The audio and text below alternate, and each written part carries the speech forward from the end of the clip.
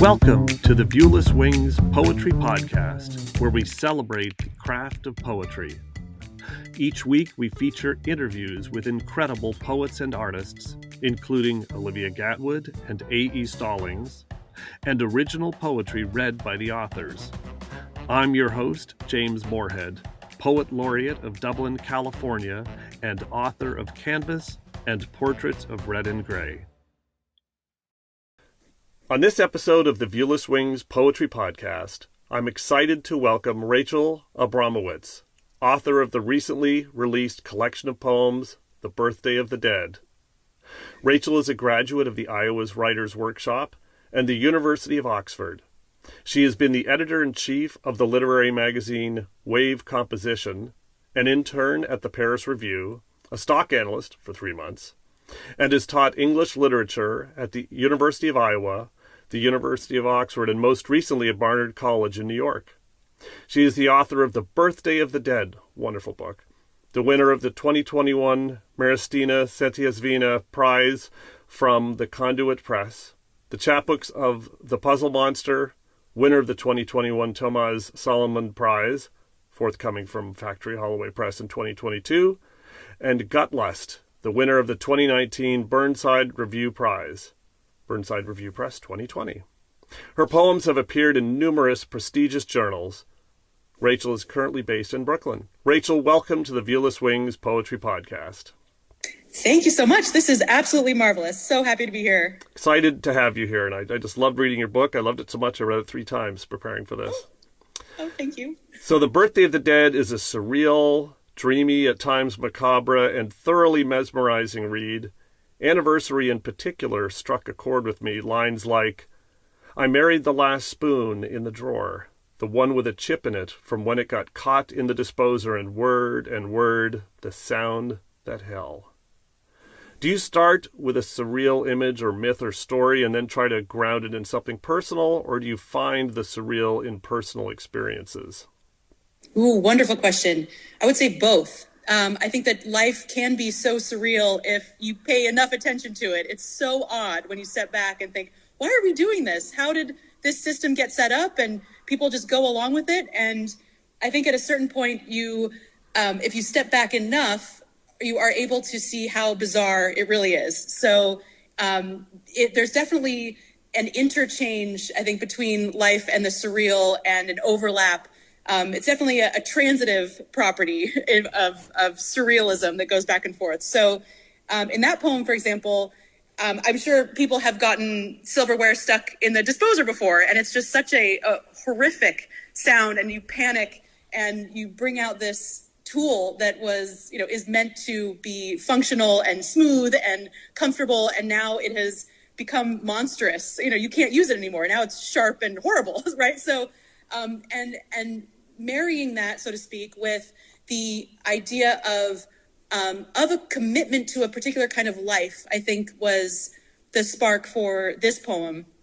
And then often, though, by the end of the poem, I sort of snap out of a little bit of a trance and then think, what did I just write? So sometimes it feels very much like following that surrealist energy throughout the poem, and then breaking out of it and seeing just how, was it too strange, too inaccessible, too private, and then revising back either into some kind of familiarity that paradoxically makes things look more surreal, or do I need to actually sort of pump up the surrealism somewhere else? So I'm so pleased you chose that poem, because it felt like a little bit of a departure, actually, to take a moment that was so visceral, and to really run with the surreality of it. Yeah, no, I loved it. I thought that was very representative and unique to your voice. So many of the poems in your collection use white space very effectively. The space between phrases, enjambment, indentation. Is visualizing your poetry part of the initial writing process, or do you discover that during revisions and editing? So what's been so wonderful is my sister is a painter. She is a visual artist and is an oil painter, abstract, and takes up large canvases. So interacting with her actually over the years has encouraged me to use the page more like a canvas in that way. And I think that to answer the question of when that really happens, it seems that there might be a glimmer of how to use the page at the beginning of the poem, but maybe halfway through and during revision, I sort of am able to push words around a little bit more like paint. So I'm not so worried necessarily about what they're saying anymore at that moment, because I've said all the things that need to be written down, and now I have the material, and now I can shuffle things around. So maybe the metaphor is not so much paint, but maybe it's more collage, that you can actually move pieces around and see the shapes that they make. And it's actually funny. I was asked a question about form, sort of any kind of formal, traditional form, and obviously all poetry, even quote unquote without form, has a form. You can't have no form. But I'm less good at using traditional form, and so the experiments with any kind of individual form to a poem, I think is, I hope, pointing me toward a kind of formality that I can start to not be so afraid of, right? So to write a villanelle or to write a sestina or something, which feels difficult to start out with, knowing that you're going to write into that form. So that to say that to start with a form is new to me and a bit scary, but that generally is indicating that you should go in that direction. So in terms of being on the page, I think this next book, I will start to experiment with thinking of form beforehand rather than afterwards. Well, you should give the interview I did with A.E. Stallings a listen, because she is remarkably effective at applying received forms. And she starts with a form because I remember she said it just removes one decision, makes things easier. Whereas for me, it's completely the opposite. I'm more in your boat, where it's just I'm still learning how to do that. Sestina is on my list of things to conquer. Exactly. It's so interesting to say removing a decision. Gosh, I think framing it that way might help, right? To say like, oh, I'm doing myself a favor. Yes. I remember that distinctly from our discussion. Yeah. So your book approaches images of death in different ways. In the prose poem, Your Life in Art, you write, "How easy it is to talk to the dead. I have a standing appointment. We lunch in the old ways, pretending to our great estates. The sea rattles beneath the earth, and we turn our eyes to one another."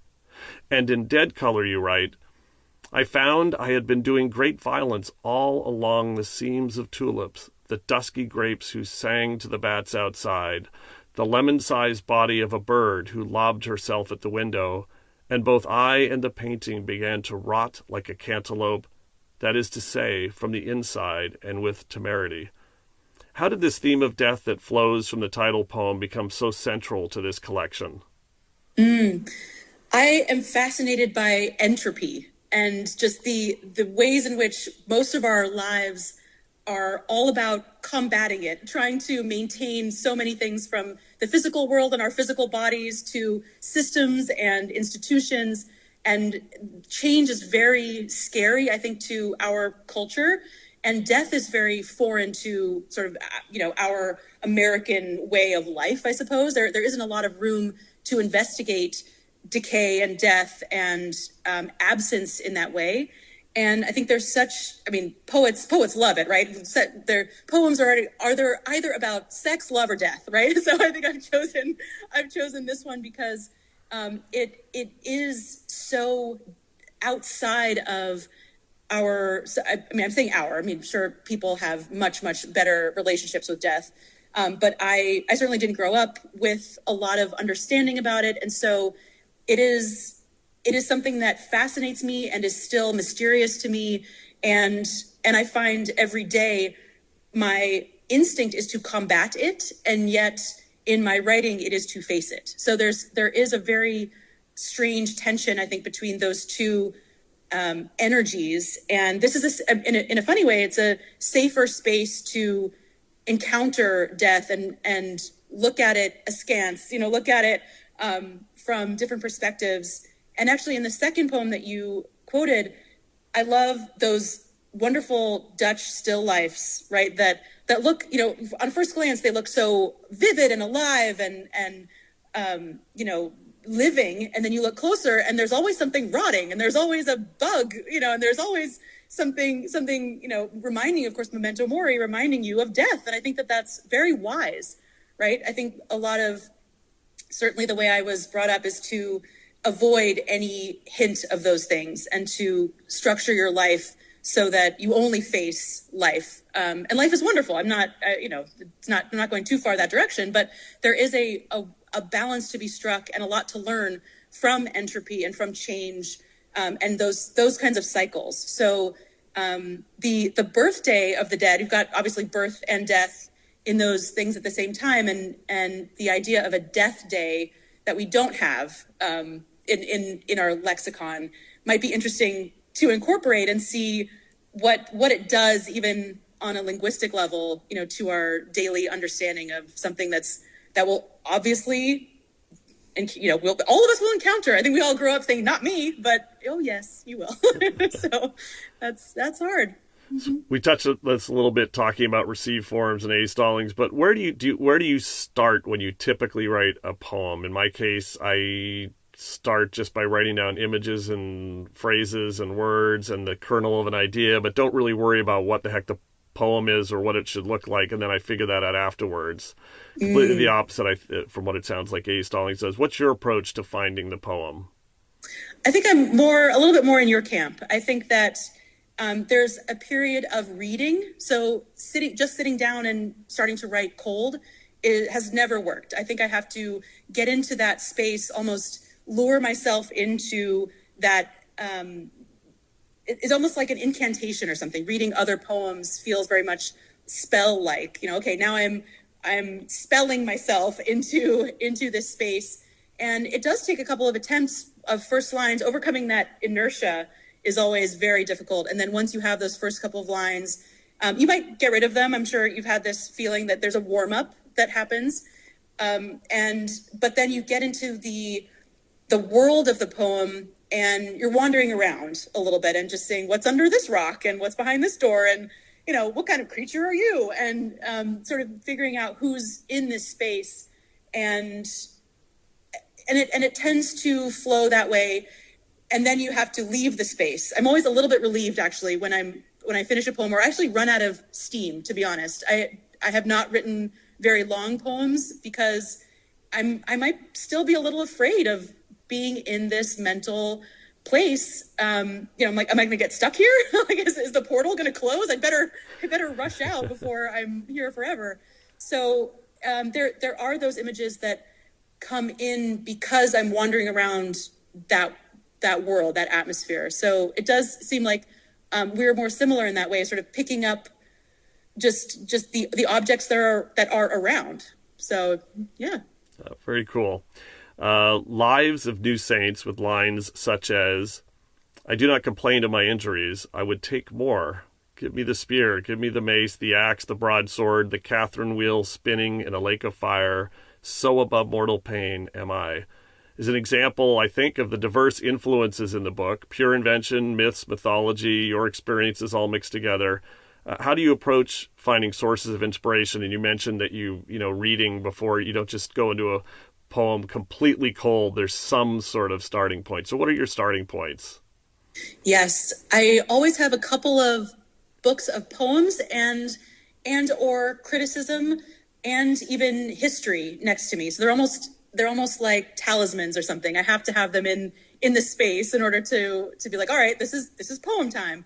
And often I'll maybe hear a story that someone tells that reminds me of a Greek myth or something. I was an English literature major, so all these things are swirling around. You can never escape them. You make connections in your mind, no matter who's telling what story, because they're all the same stories. There's nothing really new. So you're going to make those references and inferences. And sometimes what's fun is using Wikipedia actually to go into a myth and see, I know maybe one version of it or something, or an incomplete version, and seeing how many different versions there are, and going down a little bit of a rabbit hole to say, okay, let me click on this name or this creature or this city and get into the history of that. And that is another way to inhabit a mental, emotional, historical space and say, ooh, this is cool. Maybe I want to walk around Atlantis for a little while. Like this is neat.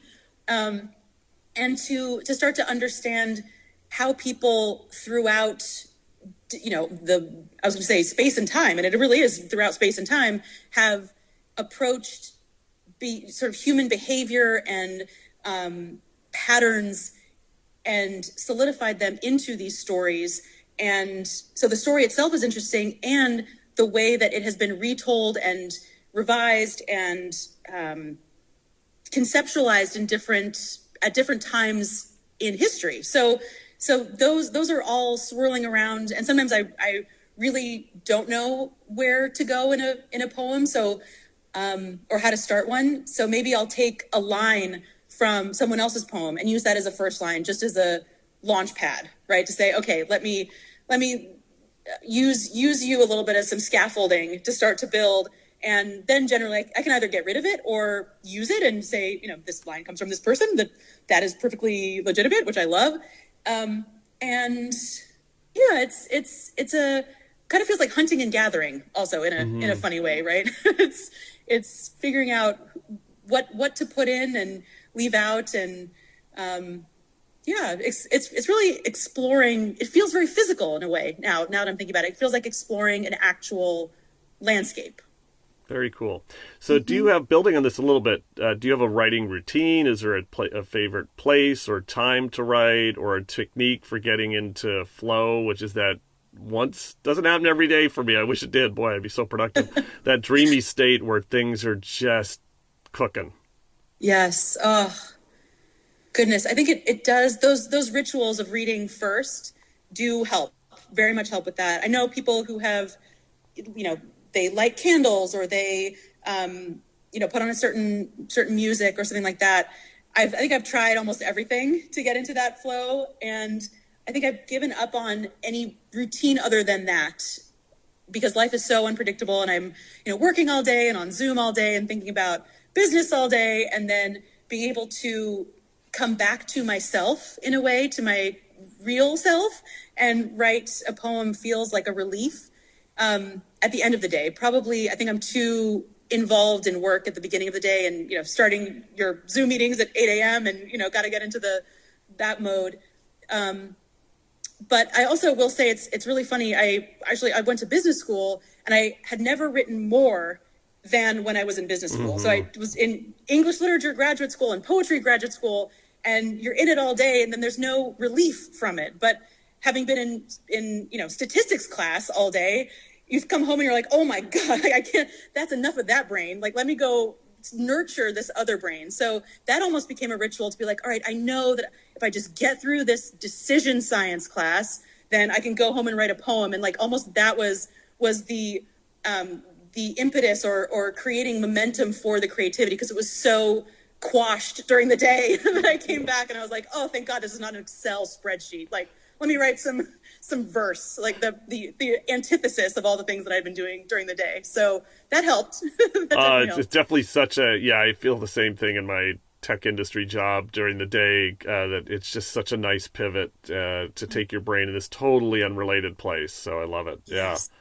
So feedback or critique are critical to the poetic process.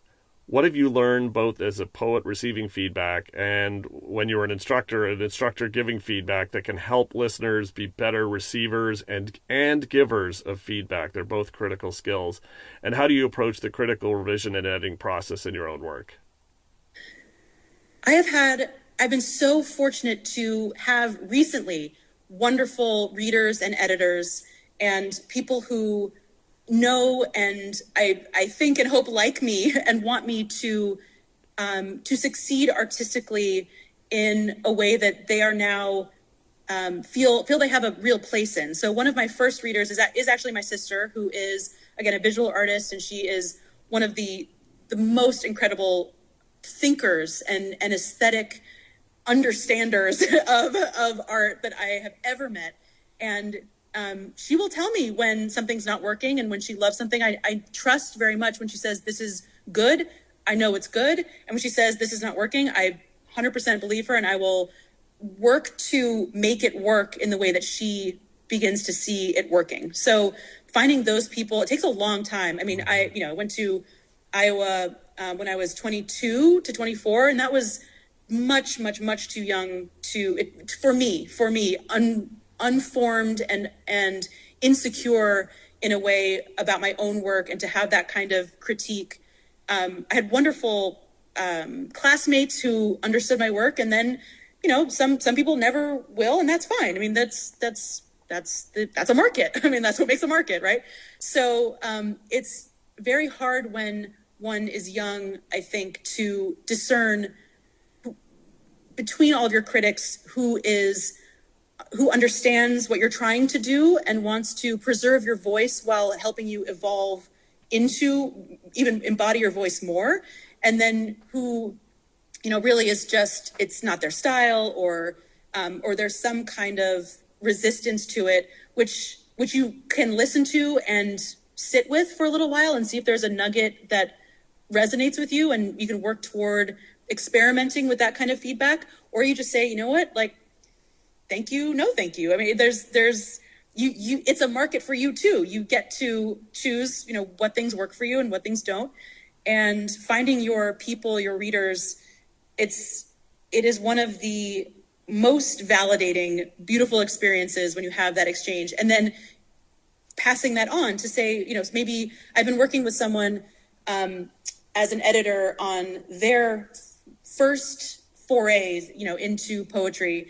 And it has been so rewarding to watch them experiment with my feedback, take some and leave some, which is exactly what I encourage them to do. I'm not God. I don't have all the answers. I have my experience and perspective. And if something resonates with this person, beautiful. I'd love to see what comes out of it. And if it resonates and still doesn't work, great, drop it then. It just detaching, I think, from any of those comments is a healthy thing, not only for poetry, but generally for life. I mean, detachment is the key generally. So, yeah. Absolutely. That's great advice, and a great point that not all feedback is something that you will take action to, but it's useful to listen to all feedback. But you have to, there's a skill of discerning which feedback you should do something with. Mm-hmm. Terrific. Well, now I'm going to hand the mic over to you to recite selections from Birthday of the Dead. I go wandering inside my head, alone. At the gate of my head, a bull the color of hot tar on yellowing paper. He ignores me, chews the perpetual grass. Beyond the gate is escape like the moon. It is not a known moon, nor of poetry.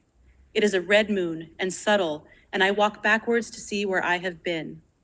The gravity here is the weight of an apple on the highest branch. When I try to catch the apple as it falls, I am inadequate as a pebble-hued moth. Slim as a coin, the moth makes holes so great, whole empires fall through them over and over. Let me return to the civilization whose god is a sunfish, flat as a palm. There my hands are nonsense. I just wave them around, astonished by their disobedience. They draw only the bull, its face the face of a heart that has seen itself and walked through its halls all the same. A hunger. It was a deer leg in a tree, bent like an architect's compass, hinged to meet the forked branch, also thin, also leafless, still in early spring. Hoof up, looking nothing so much as a goose head, a graceful upward angle which meant something had gone horribly wrong in the knee. And it had. Gnawed at the joint, ball and socket, naked and dry, though shin and foot were still furred, looked warm. Someone had found it, of course, or torn it away from the dogs, that mass of practical fury, and then hung or hanged or draped or set it like a gear into the tree, as if the world were made of nothing but hunger. Imagine the rest of the body deep in the woods, already swarmed in its second heaving life. Drosophila melanogaster. Drawn to the sparkling clarity of Heinz's apple cider vinegar, 3 fruit flies have given their lives in my house for their love of ripe death.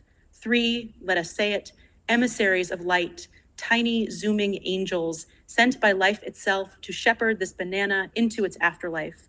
And once in the Vatican, I, like an ant, thought about my wobbly, insignificant things, about the Pope at night pressing Athena's cold cheek, or lying on his back in the map room adrift on approximate seas, or lifting a rusted breastplate from its subtle hooks and clasping it, flaking, to his own breast. Outside, the sun does its hot, starry thing, and the wind wrests water from a cloud and drops it on the earth. Wonderful. Wonderful. Well, I want to start with A Hunger. It's an example of how, at least for me, your poetry is unsettling in a way that is reminiscent of how J.G. Ballard's stories unsettle. What writers, prose or poetry, are your influences? What emotions are you hoping to trigger in readers and listeners? And if you're not hoping to emote something, then what do you find in the feedback you get from readers and listeners of your poetry? So start with influences. I think when I was young, still, I don't think you ever really drop an influence, but the Wallace Stevenses of the world, I think Dean Young, I loved before I went to Iowa. Bridget Pegeen Kelly, loved, Mary Ruefle in her sort of oddities. I think I really appreciate those sort of swerves. And I think I like to feel myself, having written the poem, the way those poems make me feel. So I want to create the same feelings for myself, I think. And then I think some people who have read my poems have reflected back to me that a lot of those describe to me the same feelings that I have. So that to me at least feels like a reflection that I've succeeded and in evoking the kinds of feelings that I like to feel reading poems. So it's this sort of circular feedback loop, I think, that that tends to happen with my own reading, the creating of poems, someone else reading, and then validating, I think, my own reading feelings, if that makes any sense whatsoever. I'll draw a diagram. Well, I'm intrigued about how you find the surreal and the banal. A terrific example is Drosophila melanogaster. The title is a cool choice. I had to look it up to discover that the phrase is a genus of common fruit flies. And that sets the tone for your poem, which takes the banality of a common fruit fly perishing in Heinz apple cider vinegar and turns it into something more. Tell me about your process of discovering these wonderful surreal images and themes and then connecting them back to something more. So in the case of the fruit flies, I know they come from somewhere. I know there is a genesis of them somewhere in some little tiny egg that you can't see, but they feel like they come out of nowhere, right? They feel like they just self-generate, right? They just appear the way I imagine, in the Bible or something, like an angel appears. Like are there angel babies? Like, no, they just are. They just are. And so that's, in a funny way, this really very, very small, very common bug appears, and again is part of that entropy that I'm really interested in.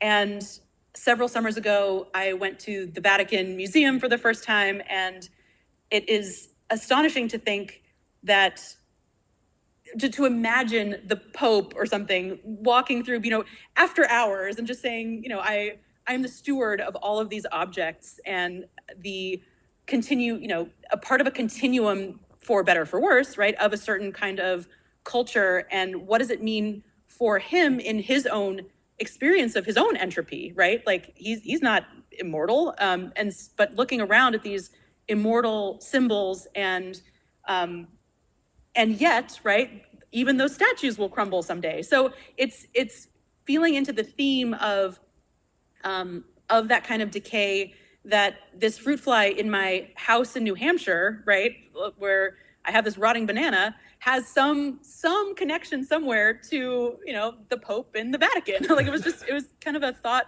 experiment and a bit of an internal joke in a way that seemed like a good subject for a poem. Cool. Well, your poetry is so visually rich and imaginative, cinematic. Do you think of your poems in some ways as micro short films? Maybe you've never thought of them that way. I could see I go wandering inside my head, perfectly suited for animation. I had the opportunity last year to see my poem Tethered transformed into an animated short film, a reverse ekphrastic experience, if you will, and it was magical. Have you explored applying your poetic skills to film? Oh my gosh, that sounds incredible. Wow, okay. I have not, and now I want to. That's amazing. Can you still hear me? Yes, I can. Okay, perfect. My internet just went out a little bit, but yes, I love those short, surreal films, and even the longer films that are sort of art horror. If you know the film The Witch, that's one of my favorite. I don't even like horror films, but that particular film feels very much like a poem I'd like to write. So yes, if anyone out there is interested, I would love to collaborate. That'd be incredible. So finally, what are your plans for this year to support the Birthday of the Dead and other projects you have on the go?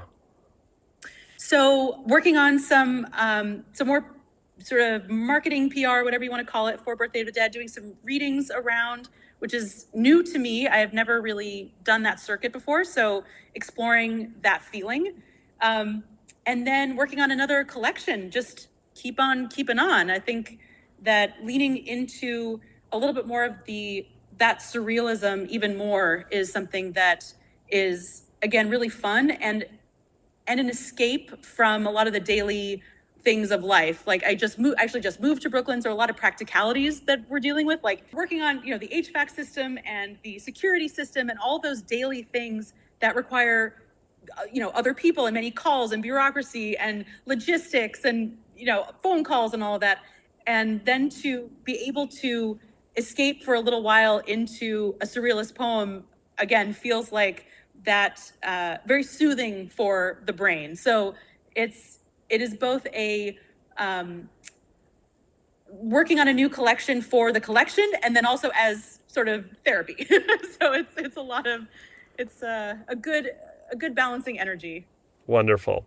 Well, Rachel, it's been a privilege discussing your poetry today on the Viewless Wings Poetry Podcast. Thanks so much. I absolutely loved your book, Birthday of the Dead. I recommend folks go find it. It's fantastic. Oh, you are wonderful. Thank you for your brilliant questions and for reading the book. Absolutely. That's the first responsibility of all interviews is actually read the book, but alas, much of the time that's not the case. Thank you very much. Oh, I love it. Well, marvelous. Thank you. Thank you.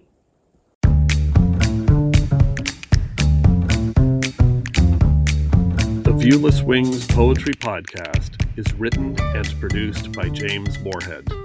You can follow me on Twitter at Dublin Ranch. Subscribe to the Viewless Wings Poetry Podcast and follow us on viewlesswings.com or on Instagram at viewlesswings.